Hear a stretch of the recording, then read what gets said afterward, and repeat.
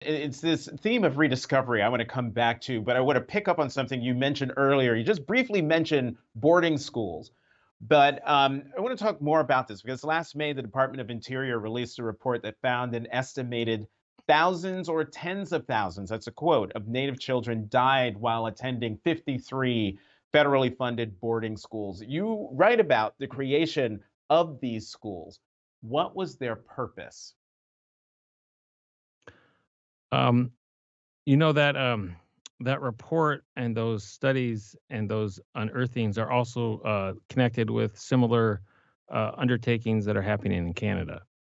And in Canada, the history of what they are known as residential schools, as opposed to government boarding schools, partly because they're handled by missionary uh, non-government agencies.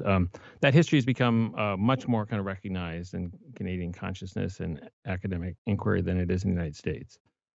And it helped motivate a national or parliamentary authorized Truth and Reconciliation Commission, which conducted thousands of interviews, published voluminous findings, and held like teach-in or kind of listening sessions all across the country. That report called Canada's practice of forcible assimilation cultural genocide. We in the United States have struggled to make that kind of recognition, but that is what Canadian government conducted researchers are calling these institutions. They are institutions of not not physical extermination, but cultural extermination. They remove children from their families, often for years on end.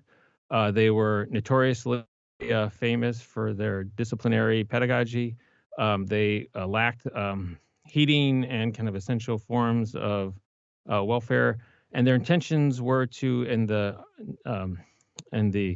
ideology and the phrasing of the architect Richard Henry Pratt, a government military officer who had been in charge of imprisoned Native Americans both in Oklahoma and in Fort Marion in Florida.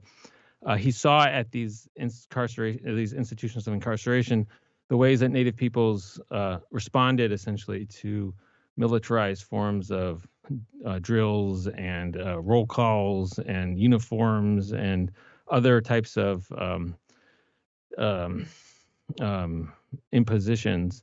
And he then carried them into a boarding school environment that expanded across the country.